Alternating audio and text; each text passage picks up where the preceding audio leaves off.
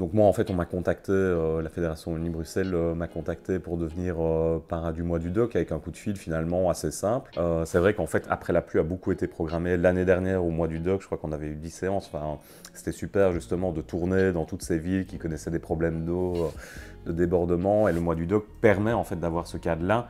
Puisqu'en fait, c'est aussi un coup de pouce pour les centres culturels, de mettre du documentaire en avant. Les programmateurs des centres culturels sont en général des gens passionnés par toute une série de thématiques qui prennent de la place dans le débat sociétal avec l'utilisation d'objets artistiques comme des documentaires. Et donc en fait, ils m'ont proposé quelque chose d'assez simple. Tu peux effectivement participer à la programmation, tu peux mettre en évidence une thématique. Moi je me suis dit en fait ce qui est intéressant c'est pourquoi est-ce qu'on a choisi le thème territoire. Je crois justement que le mois du doc c'est quelque chose qui permet de décloisonner en fait le documentaire entre guillemets des grandes villes.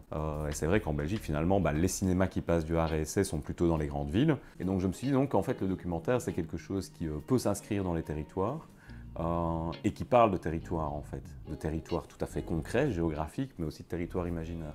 Et ça, c'est un peu une réflexion qui est née de différents documentaires, après la pluie par exemple, mais aussi de documentaires que j'ai produits, où on peut se rendre compte qu'il y a un vrai enjeu à représenter des réalités dans les zones entre guillemets rurales, dans des villes de plus petite importance, parce que ce sont des lieux qui peuvent se sentir abandonnés. Et après, j'ai regardé dans tout le catalogue, parce qu'il y a un catalogue assez riche. Je crois qu'on doit être à 300-400 films, si je ne dis pas de bêtises. J'ai regardé et je me suis dit, c'est vrai qu'en fait, cette notion de territoire, on voit qu'il y a des films qui parlent des territoires du corps, donc voilà, beaucoup de films sur notamment le corps des femmes. On a des films qui parlent sur ce qu'on appelle les territoires en marche dans la programmation, c'est-à-dire des films qui parlent sur des enjeux citoyens, parce qu'on sait que le documentaire, il est aussi propice à alimenter des débats citoyens avec les spectateurs. En fait, ils aiment bien aussi d'aller voir un film, à la fois pour bousculer leur réflexion, leur pratique, mais aussi pour ouvrir des perspectives.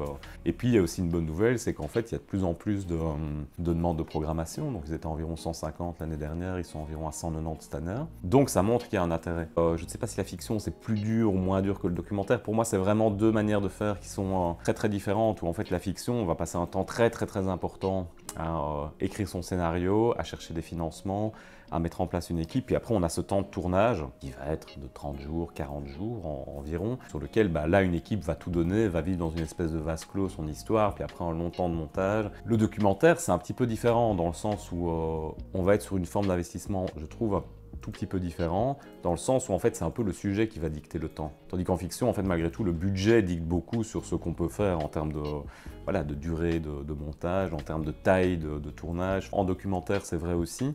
Mais le sujet va vraiment dicter ça. Je sais pas, moi, dans le cas de mon premier film, Le ministre des Poubelles, c'est un artiste qui ne comprend pas très bien pourquoi est-ce que pendant 4 ans, je vais revenir le suivre. Pourquoi est-ce qu'on ne fait pas le boulot en quelques jours? Et je lui dis, parce que oui, ça pourrait être un portrait, mais je ne pense pas qu'on aura la profondeur de vous suivre en miroir de l'évolution politique de votre pays et de tout ce qui se passe, puisque vous travaillez là-dessus, en fait. Le temps me permet justement de montrer l'intérêt, la profondeur de votre travail, beaucoup plus que si, je faisais un article papier où je passais 3 jours avec vous. C'est ça qui est intéressant, c'est qu'en fait on va embarquer des personnes, on va embarquer dans une situation et il va y avoir une espèce d'aller-retour en fait. On va dire tiens, est-ce qu'on ferait bien ceci? Est-ce que ceci c'est une bonne manière de représenter ce que vous pensez par exemple, ou ce que vous faites, ou ce que vous êtes? Et après de ce dialogue va naître, je pense, le documentaire et on va le nourrir de ce qu'on appelle beaucoup le point de vue de l'auteur ou de l'autrice. Je crois que ce point de vue, en fait, il se nourrit pendant tout le chemin, en fait. Et à la fin du film, à la fin du montage, ou même en diffusion, en fait, le documentaire, en tant qu'objet, va pas bouger puisqu'il est sorti de l'ordinateur, grosso modo, mais il va bouger parce qu'on va avoir ces rencontres, que des gens vont avoir des lectures différentes, et donc ça en fait un objet, je trouve, très très vivant, en fait.